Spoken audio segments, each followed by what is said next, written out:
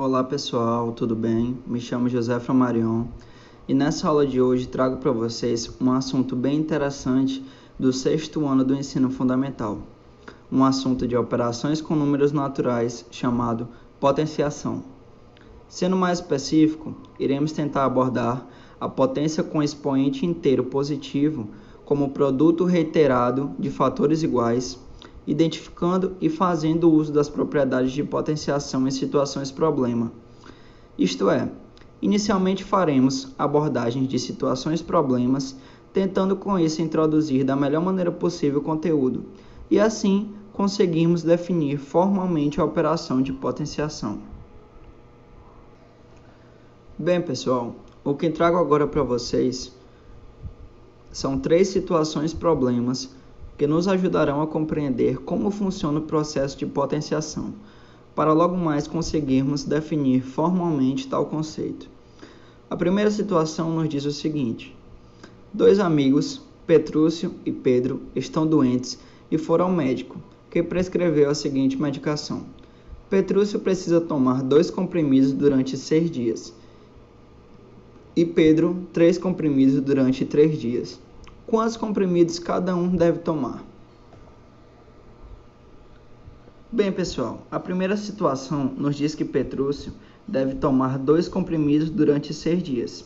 Isto é, considerando que ele tome 2 comprimidos a cada dia durante 6 dias, nós temos 2 somado com 2, 6 vezes, né? Que nos dará o total de 12 comprimidos. Ou ainda podemos multiplicar 6 por 2, que também nos dará o resultado de 12 comprimidos. Por outro lado, Pedro foi receitado a tomar 3 comprimidos durante 3 dias, ou seja, 3 mais 3 mais 3, que será igual a 9.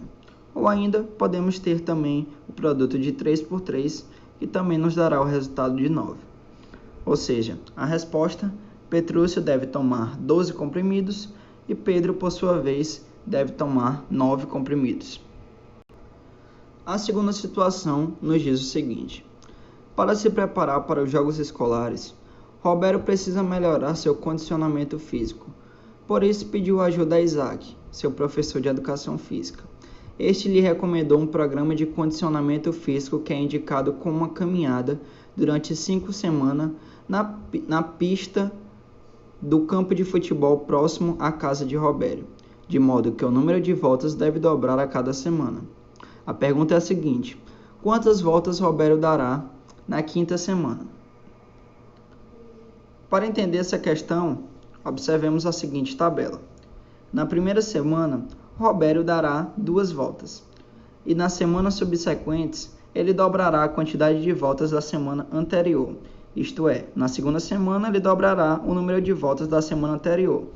Logo, 2 multiplicado por 2, que é igual a 4. Na terceira semana, ele dobrará a quantidade de voltas da semana anterior.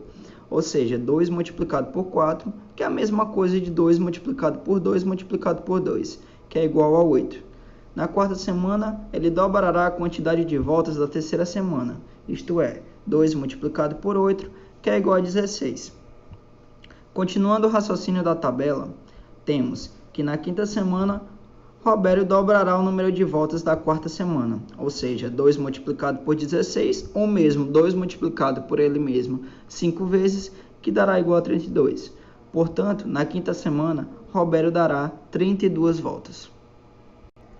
Por fim, a última situação que eu trouxe para vocês, para enfim podemos começar a estruturar a definição formal de potenciação, é a seguinte: Cleison é um estudante muito aplicado e sempre faz suas tarefas de casa.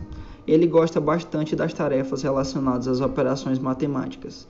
Seu professor de matemática, sabendo disso, chamou-o para resolver, no quadro da sala, as seguintes operações. A primeira operação é o produto de 10 por ele mesmo 4 vezes, ou seja, 10 multiplicado por 10, multiplicado por 10, multiplicado por 10. A segunda operação é o produto de 2 por 3 por 4 por 5. E ele quer saber quais foram os resultados encontrados por Cleison. Bem, Cleison utilizou o seguinte esquema para resolver as operações. O primeiro foi o seguinte: ele multiplicou primeiro, separadamente, o 10 por ele mesmo, ou seja, obtendo o resultado de 100. Logo após, ele multiplicou 100 por 10, obtendo o resultado de 1.000. Por fim, ele multiplicou 1.000 por 10, obtendo o resultado de 10.000. Já na segunda operação, Clayson fez a mesma ideia. Ele multiplicou primeiramente 2 por 3, obtendo 6. Assim, ele multiplicou 6 por 4, obtendo 24. Por fim, ele multiplicou 24 por 5, obtendo 120.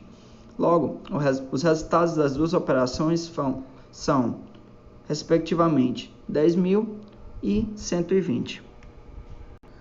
Então, pessoal, após a resolução dessas três situações propostas anteriormente, podemos observar o seguinte. No quadro da laranja abaixo, destacaremos todas as multiplicações que foram feitas nas resoluções das situações apresentadas. Dessas multiplicações, faremos o seguinte. Dividiremos em dois grupos. No primeiro grupo, situado na cor azul, será formado por multiplicações com fatores diferentes. Já no segundo grupo, situado na cor preta, será formado por multiplicação de fatores iguais. O que a gente quer com isso? Nossa intenção, a partir de agora, será a de trabalhar somente com o segundo grupo, ou seja, o grupo de operações com multiplicações de mesmos fatores, certo? E nossa intenção com isso será de apresentar de maneira mais sucinta, isto é, simples, as multiplicações apresentadas nesse segundo grupo. Para apresentar as situações das multiplicações de mesmos fatores apresentados no segundo grupo, primeiramente devemos observar alguns pontos. O primeiro deles é o seguinte: cada multiplicação está baseada em um único número, ou seja, tem como base apenas um número. Por exemplo, temos que a multiplicação de 3 por 3 tem como base o número 3. E o mesmo acontece com as duas multiplicações destacadas abaixo. A multiplicação do 2 por ele mesmo 4 vezes tem como base o número 2, e a multiplicação do 10 por ele mesmo multiplicado 5 vezes tem como base o número 10. Certinho? Em segundo lugar, temos o seguinte: cada multiplicação nos expõe uma certa quantidade de fatores. Por exemplo, o 3 multiplicado por ele mesmo nos expõe dois fatores, né? Ou seja, o 3 aparece duas vezes na multiplicação. O 2 multiplicado por ele mesmo 5 vezes nos expõe 5 fatores. E o 10 multiplicado por ele mesmo 4 vezes nos expõe 4 fatores. Agora, podemos representar essas multiplicações da seguinte forma. 3 é o número base dessa multiplicação. E o 2, a quantidade de fatores que ele nos expõe, nessa primeira situação do quadro preto. Já no quadro laranja, nós temos o seguinte. O número 2 é a base dessa multiplicação, e o número 5 é a quantidade de fatores expostos por essa operação. Por fim, no quadro azul, nós temos que o número 10 é a base dessa multiplicação, e o número 4 é a quantidade de fatores exposto por essa operação. Isto é, 10 é a base e o 4 é o expoente dessa operação. Essa multiplicação de fatores iguais é uma operação matemática que recebe o nome de potenciação.